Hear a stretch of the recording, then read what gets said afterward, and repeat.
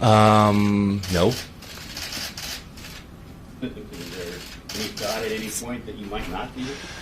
Obviously, yeah, with all the craziness that's going on, but I'm totally kept out of the loop on all that stuff. So I've always expected to be here, and I am, and very happy about it, and ready to get going. Pretty cool seeing everybody in the clubhouse, and really looking forward to get going. Kris, can you take us through this offseason? What's it been like? Have you been trying to ignore any potential rumors? Yeah, absolutely. It's been pretty easy, too. I've had a lot of doctor's appointments and baby stuff and getting a nursery ready and all that. So it's been really easy. But I guess lately, as you get closer towards spring, it's kind of like baseball mode is on, and it's kind of like you see more of it, I guess. So that's been a little difficult, but other than that, you know, I mean, I guess there were trade rumors last offseason too, and you know, going through that, I understand as part of the process as you get closer to free agency and everything's up in the air. So I understand it, and I just really try my best to tune it out. It's hard. It's really hard, but. Did you just ignore the reading about it, ignore the internet? Or? Oh, yeah. Ignore all you guys and what you guys say. I mean, I made it a point to, obviously, Twitter is completely off on my phone since 2 years ago. It's the worst thing that ever happened to this world. And then Instagram was gone off my phone last year. But obviously, I have friends, they send me screenshots of what you guys say and stuff like that. So I've seen stuff secondhand, but I really try to avoid it. What about your communication with Theo and kind of just separating the truth from exactly what's going on, and him having to run a business at the same time? I guess, what are you asking? I mean, was there communication between both sides during the winter? Well, obviously through the whole process there was, and then he texted me about a week ago, but there wasn't much, and I didn't take it as a bad thing or a good thing. I mean, he's got stuff he has to do. He has got to get ready for the year. He's got a busy job. So, yeah, it's kind of just like any other offseason in terms of communication. But, yeah, I mean, it wasn't much. But like I said, it wasn't a bad thing. What was your reaction to the eventual result of the grievance hearing, and also just how long it took? Yeah, geez, that took forever. It really did. I at the beginning of it, I was told that it would take maybe a couple weeks. So I was ready for it, and then the off season kept going on. I'm like, all right, just come out with let's go. Like, I mean, obviously I knew it was an uphill battle going into it, and I've always, thought that, and it was just me. I mean, obviously we had a disagreement. We handled it respectfully. I'm very thankful that Theo and the team saw it through. I saw it through to the end because it was something that I really believed in, and I believed that my mom, dad has always told me to stand up for what I believe in, and I was going to see the process through, and I saw it through, and respect on both ends. I mean, there's definitely no hard feelings, so let's definitely put that narrative to bed. I definitely saw a lot of things out there saying, oh, there's ill will towards the team, and then there's another one saying there's absolutely no ill will. It's like, okay, well, where are we getting this from? Like, that was mine. Oh, maybe it was you. I don't know who it was, but it's like the only person opinion who's matters here is mine, and I'm right here in front of the microphone telling you guys that there's no hard feelings whatsoever. I mean, I completely respect this organization and everything that they've done for me, my family, giving me an opportunity to play the game that I love every single day. I just saw this as a process that is eventually going to help the players in the next round of negotiating, and I was going to be that guy to have the courage to do it. And I know there's going to be backlash for it, and I understand it. But it was really important to me to stand up for, what I believed in and what we as players believe in, and, that's a good thing. And like I said, there's no hard feelings at all. Do you think there's a way to rewrite that rule so that there's Well, yeah, less I think. manipulation? Well, it's kind of like, what's it going to be? Is it 6 years or 7 years? Like, there really isn't like a hard set rule. It's just like gray area. So it's like let's.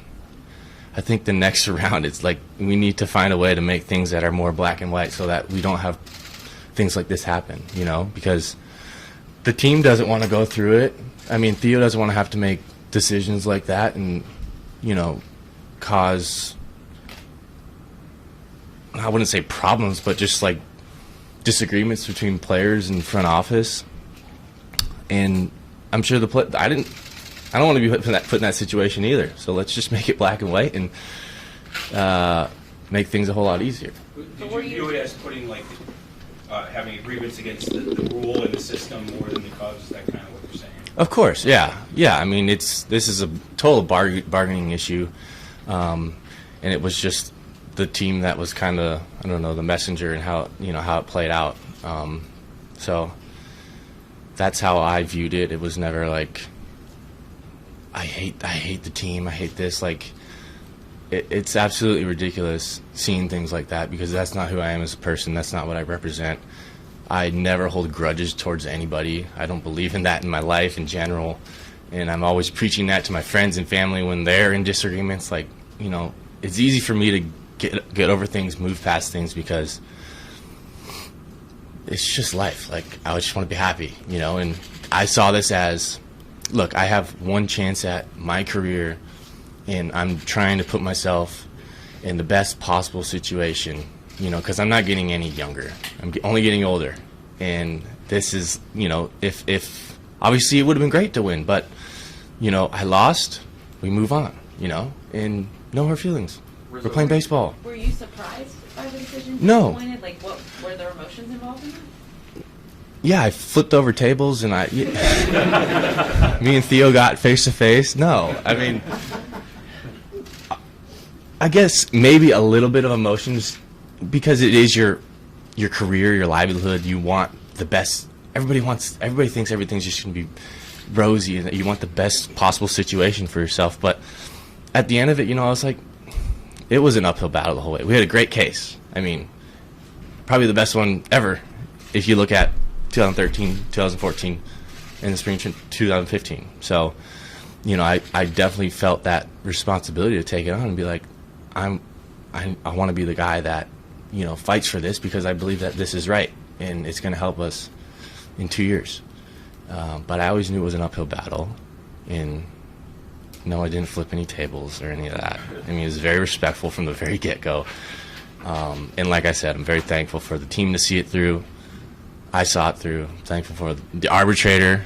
I mean, everybody, was very professional along the way, and that's the way it should be. Chris, you've always said you'd like to stay here as a Cub for your career, and I've heard you and family members say that. Yeah. Do you see a clear path going through that could happen here over the next couple of years to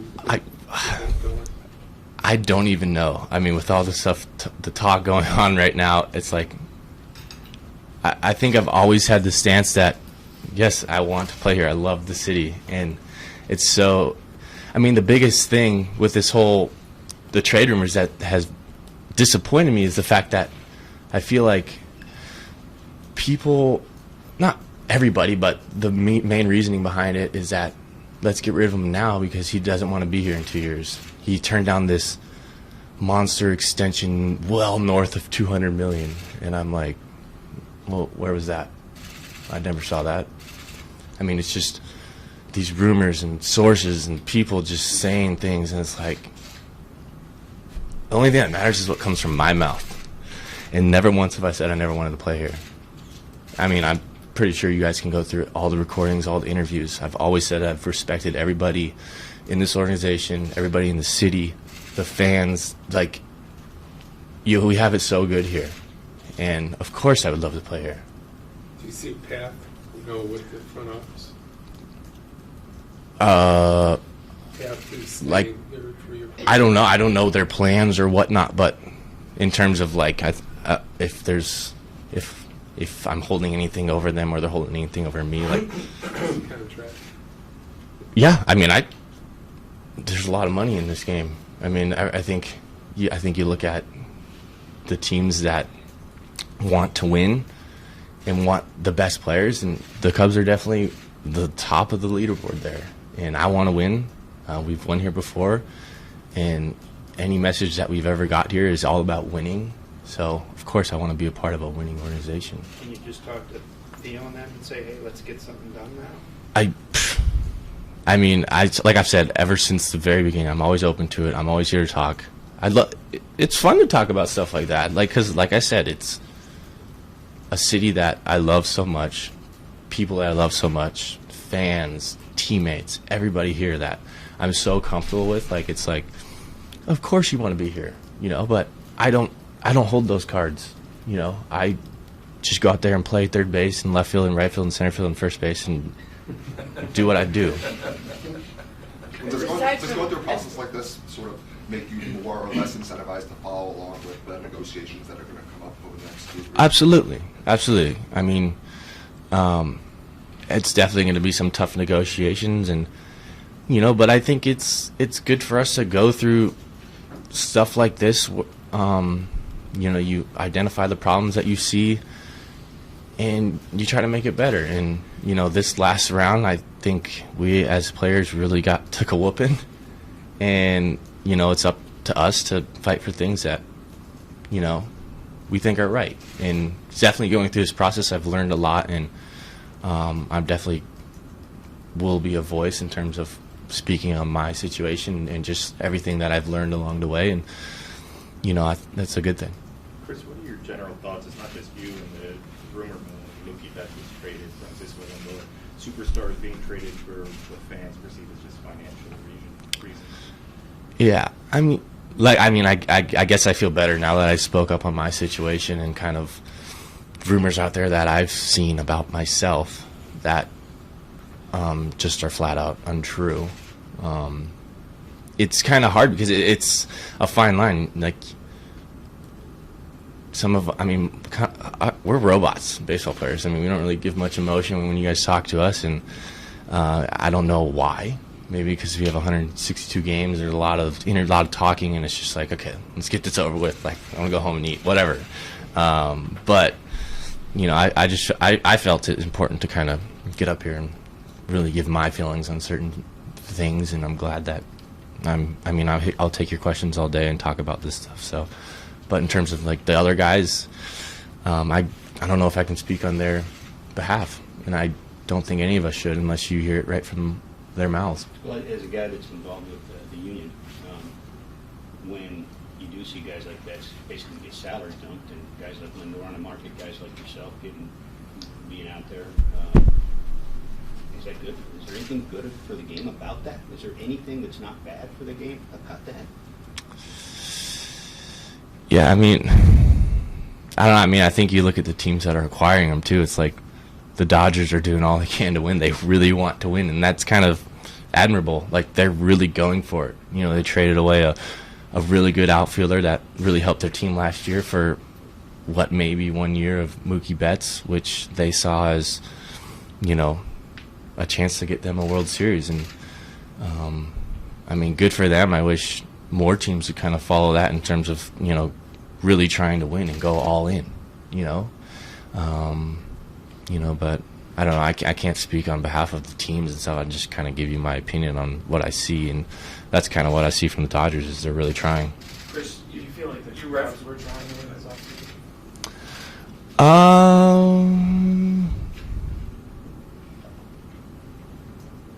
Well, we didn't do much.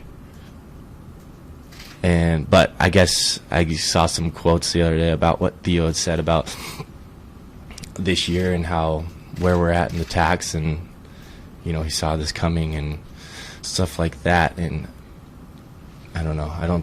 I like the group we definitely have. I think we have a ton of talent, a lot of really good players that I guess underperformed last year as a team. And looking forward to this year, I think, of course, it would have been nice to add people, but I don't know who we would have added to make it better. But I believe in this team that we have, and I think we really need to show what we have. Maybe Garrett Cole. Yeah, he might have been a little expensive. Let's be honest. I mean, I certainly would have loved to see Nick. I mean, he's a good player. I love watching his at bats. I got a front row seat. It was really awesome to see him go about his business. Reds are going to be good this year. I mean, our whole division's going to be good, you know. So it's going to be up for grabs for anybody. But yeah, it certainly would have been good to see some of those guys back. But that's how it works sometimes, you know. But like I said, I've really tried to stay out of the baseball stuff this offseason as much as I could, besides the screenshots that my friends and people would send me that I didn't necessarily want to see. So thank you, people. I don't know if they're watching this, but Aside from ignoring social media, were there activities that you did to just kind of clear your yeah, mind, I or did. what kind of I took guitar lessons at Guitar Center. How's that going? It's good. I love it. It's very peaceful, relaxing. I've been joking with my wife. I've always told her my kid's not going to play baseball, but he's going to be a rock star. I'm putting a guitar in his hand. He's going to take singing classes, piano, whatever it is. But I'm sure my dad will probably give him a baseball bat, and we'll forget about all that. Do you think that the owners are using the luxury tax now as a quasi? Yes. salary cap? I think it's a practice in a salary cap. Yeah, I mean, obviously, certain teams are less likely to use it as that, but definitely, and it's a shame to see it being used that way. But again, like I said earlier, like as much as this part kind of isn't great for us to see, it's maybe we need to experience this and see how bad this really is, and fight for stuff that we see needs to be changed. And certainly that was something that has been brought up a lot. And you can't fault every team, but it certainly seems to be like a cap. Kris, you said, or you referenced 200 million and all that stuff. Well north of 200 million. Right. Yeah. That's what I'm asking. I mean, on the record, I mean, as far as you know, you've not turned down some mega thing. No. No. Like I said, I was like, where are those? I've never seen them. Never. I know that came out. I think it was last year, and when it came, I think I was on the golf course with my dad. I'm like, what the heck is going on? Like, at the time, I feel like, okay, I'm gonna let this slide. Like, there wasn't trade rumors, and people weren't. I mean, there were, but it wasn't like, get rid of him. He doesn't want to be here. He hates Chicago. He hates Theo. He hates the Cubs. He hates and I'm like, okay, I need to stick up. I mean, like, I love everybody here. I love the city. Like, it's part of the game too. People just talk, and whether it's true or not, we're just chucking darts at a wall, and maybe something sticks. Does Scott being your agent, we know how great he's been and how effective he's been, but does that work against you in some ways because everybody assumes that you won't take a long-term deal before you're a free agent? I think people look at Scott's the best at what he does, right? I mean, as much as people hate him, he really fights for you, and you might be the worst baseball player ever, but he's going to tell you you're the best. And, that's what his job is supposed to be. And I think he understands that, he's going to get a lot of, whatever, blowback for how he goes about his things, but that's what makes him the best. And he really fights for you. But I am my own person. I make my own decisions. I hope I don't come across as arrogant or greedy or any of those terms, because that's not who I am. It's not what I believe in. And Scott's always told me the same thing. He's like, I'm going to do what you want me to do. He's always said that to me. It's never what he wants. It's like, what do you and Jess and your family want? That's what I'm going to do for you. And, that's always made me feel good. But, I do kind of think he he definitely gets the brunt of everything, and he handles it well. But Scott and me, I have my own beliefs and thoughts and things on certain things. You know, he works for me. He does an unbelievable job, but at the end of the day, you know, he always knows that what I say goes. Chris, I assume when you were playing ball in high school and college, you weren't thinking of the business side of baseball as much. Was it when you didn't get called up for opening day? That obviously that plays into it, but even then, like, I was still naive to the fact I was just my jaw was on the floor. Like, in the big leagues, it's like, this is a dream come true. Like, it still is a dream come true, but you see some of the other things that this game brings along, and you know, the not fun side of this game, but it's all about trying to find the ways that you can bring yourself back to when you were 8 years old in Little League or high school or college, when it was just about playing baseball. And that's, I think I've had a better focus this offseason in terms of, like, looking at things that way. By going through things like this, it really kind of opens your mind and your heart and really why you play this game. And you know, if I can put all this crazy stuff, the trade talk, the grievance stuff, and all this other stuff aside, and just go out there and play and have fun and not worry about the stupid stuff, like, that's where I want to be. And that's where we all should be. Theo said earlier, with all the trade talk, that he hadn't given you any assurances. Do you think you deserve one, at least for opening day? That you're going to be training here so you can focus? I would like one. I guess I would like to be in the loop a little bit. And it's safe to say, I mean, obviously, they don't have to keep me in the loop by any means, you know, but I feel like I've earned a little respect here, and just how I go about my business and just who I am as a player and a person, to kind of sit down and have talks like that. And who knows, it might happen. This is literally just having, you know, I pack my locker because I have to talk to you guys, which is a good thing. But yeah, I'm sure it'll happen. But it would be nice. But hey, I'm going with the flow, man. Are you Whatever. first and foremost hopeful for a healthy year just because the last couple of Yeah, I mean, yeah, 2 years ago, I would consider that a not super healthy. But last year, I was fine. I mean, I think I don't know how many games I played in, but I think anytime you play the majority of the games, you're healthy, regardless of any nagging injuries that you have. I mean, if you're able to play, you're healthy. The knee and the ankle are fine. Mm-hmm. Yeah. Yeah, I'm good. I feel good. I think you said at the end of the year you're going to work with some. Yeah. How that Oh, yeah, just extra physical therapy at the end of the year, which is good. It feels good. I feel fast. I feel good. How's Jess doing? She's good. She's good. She's ready to she's ready to get the baby out. No, I mean, like, if anything, this offseason has really, like, baseball side, like, it's been unbelievable, like, to have this happen, and, like, I'm just seriously so excited. How has your perspective changed with that? How has your perspective changed about to become a dad and all these things you're talking about? Jeez. About things differently? Think about things differently, I guess a little bit. It's just more excitement. It really is. Like, I'm like begging my wife's like so tired at the end of the day. I'm like, let's go to the baby store. Let's get him all the clothes. Let's do this. Like, I want him to have the coolest shoe collection. Like, he's gonna wear them one time and they're gonna be gone. That's what everybody's told me. But no, it really just puts things in perspective. It really does. I mean, all this stuff going on right now is obviously part of the game, but it's like, I'm going to play for, I don't even know how much longer, 10 more years, and then I have the rest of my life to live with family and people that I love. Like, it's way more important to me. So, I mean, I don't want to use the baby as a good thing to, like, all this trade stuff and all this stupid stuff, but I got this baby, like, obviously I'm going to love it for what it really is, but it's just like, it's really helped me.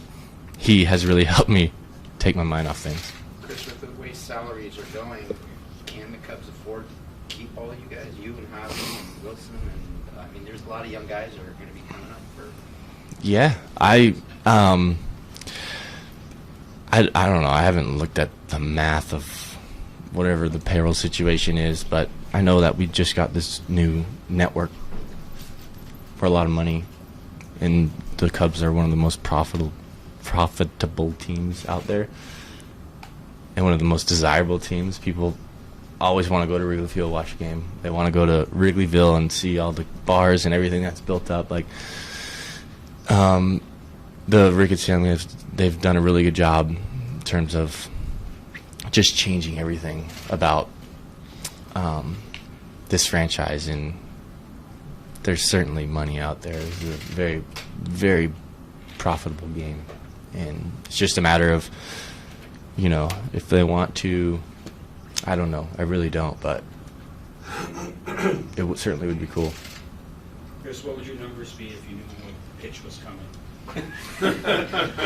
That's a whole nother thing. Oh my goodness! Wow. Probably the same. No, I'm just kidding. Probably worse.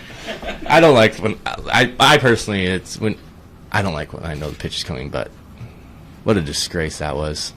Just watching their apology yesterday too. There's no sincerity. There's no genuineness when it comes to it. I certainly know that if I messed up big in that way, I'd be the first one to let you know just how big of a mess up it was, and it's just hard to believe. It really is. It's sad. If 5 or 6 players use that type of technology, others say, you know, I don't want to do this. It's not right. How difficult do you think that is for a team to be able to function that way? And then when something like this happens, everybody gets blamed. Yeah, you know what? I think I haven't looked into it too much, but I even think that there's players that don't want it. I still think they were going through with the banging and stuff, because it's really, I think it really turned into a routine there. And a lot of the apology yesterday was a lot about 2017. It's like, I'm pretty sure it was going on in 2018, 2019 too. Like, and that's just so sad, because it's like, just because if they didn't get caught, they'd still be doing it. And, you know, they're only doing this apology because they got caught, and there's a lot of feelings on it, and I know everybody around the league is really upset, and rightfully so, because it's really a disgrace to the game. Did you notice anything last year when you guys were? I guess I wouldn't notice because I wasn't on the mound, but I think, I don't know if you guys have talked to our pitchers, if they've noticed, but I don't know, if you're banging on a trash can. If you noticed, you downloaded it. Yeah. Jeez, if you're banging on a trash can the whole game, that's pretty loud. Like, I'm surprised they got away with it for 3 years. Well, now suppose they have buzzers. And I totally believe that too. I really do. I think if you find a way to cheat the system in one way, you're only going to continue to try to push the boundary. And a lot of the situations and circumstances surrounding this is very suspect, and it's definitely not far-fetched to believe that there were other means of cheating involved. Should the players have been punished? Absolutely. If I did it, I would accept the punishment. You would have to. I thought the whole punishment was weak. I think, what is it? They got fined, $5 million? You make that selling the price of the beers at the games now. You make that, I don't even know how many games, but you make that real quick. That's the max that we're allowed to. That's the max? Well, then that needs to change, too. It did change. You said it just went up. Good. You said To that. if you had done it, whatever, do you think you could ever get to that point where you would do something? Or, yeah. No, that just feels so wrong. I feel like I'm playing golf with my dad, and I feel bad for taking a 1-foot gimme putt. Doing this, this is people's livelihoods too that they're messing with. Guys have never pitched in games since then. Guys have won awards that maybe they shouldn't have won. Who knows? I mean, yeah, they're certainly talented ball players, but I personally think it's worse than steroids. Really do. I mean, it's steroids. You still have to compete and hit the ball. You know it's coming. I mean, off of these pitchers, like guys throwing, upper 90s with really good curveballs and sliders, and you can totally formulate a unbelievable game plan based on certain things if you know what they're coming. Like, it's frustrating, and I mean they're gonna have a tough year this year for sure. I mean, I got booed really loud in St. Louis, and they're gonna get everywhere they go, rightfully so. Do you think they're going to get hit by pitches? I mean, I'm sure they will. I mean, pitchers aren't happy about it. I mean, obviously you don't want anybody to get hurt, but I think if teams are going about it in the right way, and if you do get hit, you're not going after people's heads and stuff like that. I mean, I think they're definitely going to experience some of that this year. The Astros passed on you in the draft a long time ago. Were you aware of their reputation kind of within the game? And I think why some of the reactions have been so strong. No, I was completely unaware. Like, I mean, I guess when I was playing college ball, I never watched baseball too often. I was playing it. When you play the game, you don't watch it too much. But, I mean, yeah, I didn't know they had a reputation all the way back then too. So it went that far back. That's terrible. Not necessarily the cheating, but just the way they kind of ran. Oh, their yeah, operation. no, I didn't. I was unaware. You think ever they been should more give up? eager to just go play baseball? Yeah, I mean, I am, but I know that these talks are just going to continue, so it's like, yeah, I just want to go out there and play, but it would just be nice if, I know I'm not looking into anything, but I know I'll sure answer more and more questions about it, which I understand is part of the process, but I don't want to. Are you worried about that being a distraction, where, national guys come in after the local people have already talked to you about this, and it's every couple of days? Yeah. I don't want it to be a distraction. I've always wanted, like I said, to go with the flow and be here and be present and not be the guy that distracts people during the season. I mean, that's never been what I'm about, but I mean, I can't really control any of it. So all I can do is be a good teammate, a good person, show up, be prepared, give it all I got, and that's what I've been doing the 5 years that I've been here. And there's no reason to think that I will ever change who I am as a player or person because of things that I've been going through this offseason. Do you think conversation with Rossi being where you back in the lineup, that was a big topic last year just because Yeah. third, fourth, second? Yeah, I don't care.